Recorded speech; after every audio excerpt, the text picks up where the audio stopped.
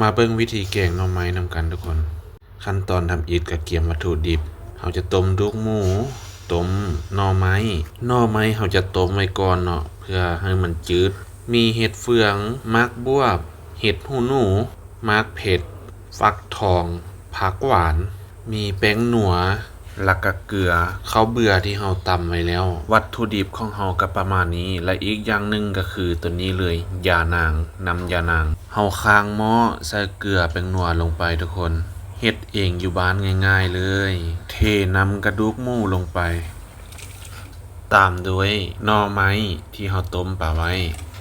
วิธีแกงหน่อของเราจะบ่เฮ็ดยุ่งยากทุกคนเอามาเทลงซะพร้อมกันเลยเราจะบ่ปะให้หม้อฟดก่อนเนาะตัวนี้เฮ็ดกินเองง่ายๆภายหลังที่เราเอาวัตถุดิบลงแล้วขั้นตอนต่อไปก็คือคนแล้วก็ปะให้มันฟด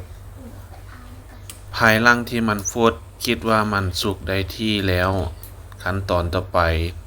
นำปลาร้านำปลาแดกลงได้เลยสิ่งที่คาดบ่ได้ก็คือนำปลาแดกนี่แหละทุกคนรสเด็ดแซ่บบ่แซ่บก็ขึ้นกับนำปลาแดกเฮาสังเกตเบิ่งว่ามันสุกพอได้ที่แล้วนำข้าวเบื่อลงมาใส่ได้เลยการแกงหน่อไม้ของเฮาก็จะประมาณนี้หลังจากนี้เฮาก็ปะให้มันฟดอีกเทื่อนึงยังลืมอีกอันนึงทุกคนคือผักหวานถ้าผู้ใดมีก็ใส่ผู้ใดบ่มีก็บ่ใส่ผักหวานของเฮาก็เทลงไปเลยพร้อมกับผักขะแหยงบ่มีหยังยากทุกคนสามารถเอาไปเฮ็ดตามได้เลยแกงหน่อไม้ของเฮาก็ถือว่าแม่นแล้วมาเบิ่งหน้าตาของมันทุกคนเริ่มมีสีสันหน้าตาน่ากินหลายขึ้นมันเริ่มสิสุกแล้ว